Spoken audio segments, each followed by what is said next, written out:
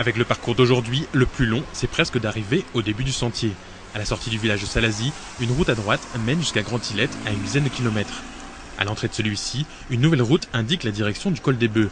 Petit indice qui ne trompe pas, on s'approche du massif du Piton des Neiges. 2 kilomètres plus loin, à droite, dans la descente, commence la route forestière du Haut-de-Mafate. Il faut monter tout en haut jusqu'au parking, un parking payant, 10 € la nuit. Pour assurer la sécurité de votre véhicule, le col des Bœufs se trouve à 10 minutes à pied.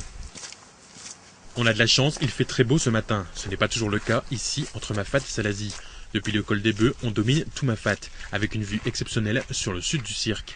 Et tous les hauts sont dégagés. Le Grand Bénard, le Mailledot, le Morne de Fourche et bien sûr le Gros Morne, juste au-dessus de nos têtes, qui nous accompagnera tout le long de notre descente. À nos pieds, Marla se réveille, il va nous falloir environ 2 heures pour rejoindre l'Illette, le plus haut de Mafate. Durant les premières minutes de la randonnée, la descente est rude. Les lacets s'enchaînent, c'est parfois glissant, parfois boueux. Attention, on le met nos pieds.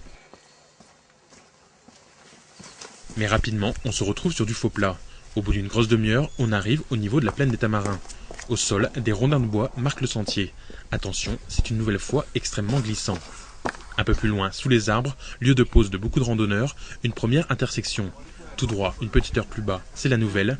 À gauche, notre chemin, Marla.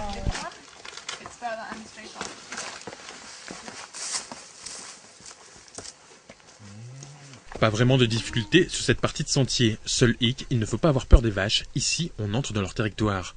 Plus on s'approche de Marla, plus le col du Tailbit, avec à sa gauche la tête de chien et le nez de bœuf, s'impose à notre horizon.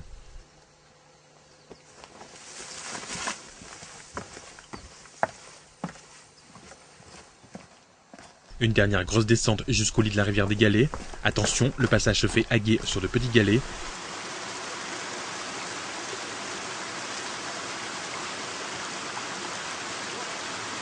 Et on entame la remontée sur Marla. À partir de là, il reste une grosse vingtaine de minutes. À droite, un premier panneau, puis un second, indique la direction pour la nouvelle.